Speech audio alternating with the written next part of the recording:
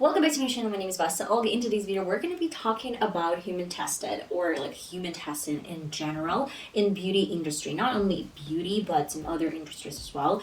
What does it mean? I discovered about 5 or 6 months ago, maybe a little bit more. So on the bottle of the Ordinary foundation, I found this weird words like tested on humans or something like human tested. I didn't know what this meant. Instead of animal testing, they're just like switching to human testing. Is it legal? I didn't know at first, so I started digging and I found so many different things about this whole situation that is going on in the world that let me share this information with you in today's Girls Night Talk. If you're interested, please keep on watching. And by the way, do not forget that I have the recipe of the week and I have one more section, what to watch.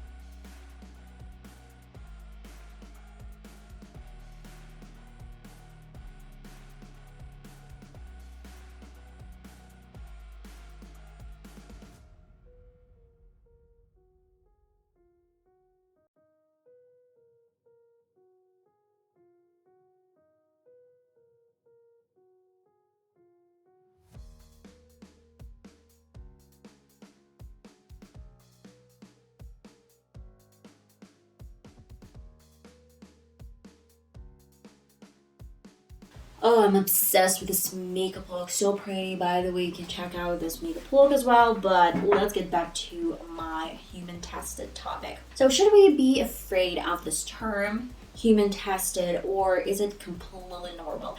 I came across a few articles here and there, and especially I was astonished by the article of some British lab in 2013, like prehistory.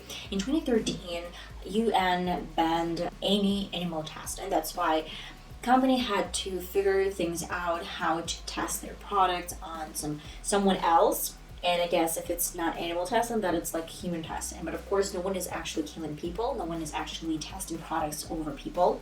Though I cannot talk for everyone. And by the way, my little guest joined me.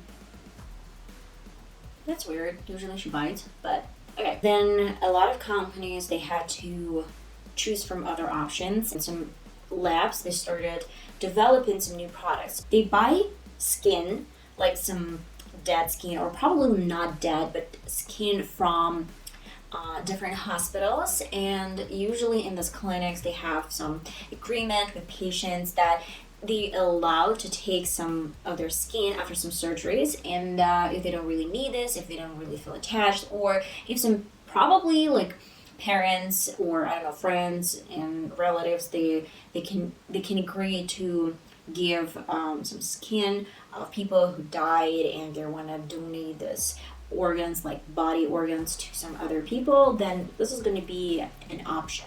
Of course, that's going to be an option for them. Now, you cannot believe how many companies they're interested in this type of material. So what they do, they buy this skin and then they try to reproduce some cells, and they try to reproduce material to test products. For example, some companies used to test their products with red liver or horse extract, but now they're not using these components anymore. These type of labs, they produce human extract. I have no idea what this means. These labs, they can reduplicate, they can recreate cells the way our body's creating that. And if you're going to have any irritation, if your skin is going to have any irritation, these cells, the skin, lab skin is going to have the same type of irritation. For example, some body organs, like some body parts, they can actually have pretty much the same allergy reaction as our skin does, because it has some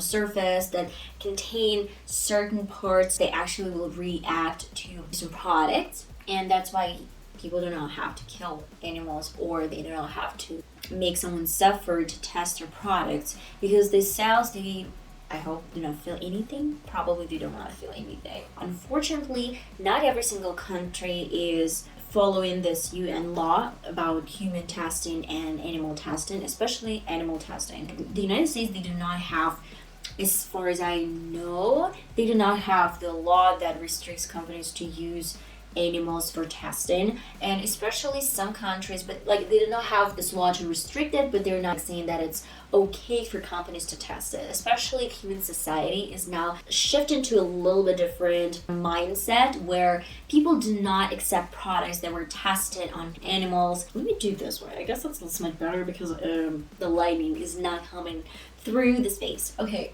unfortunately, not every single country has the same opinion. For example, China, they have by law that you have to test products on animals.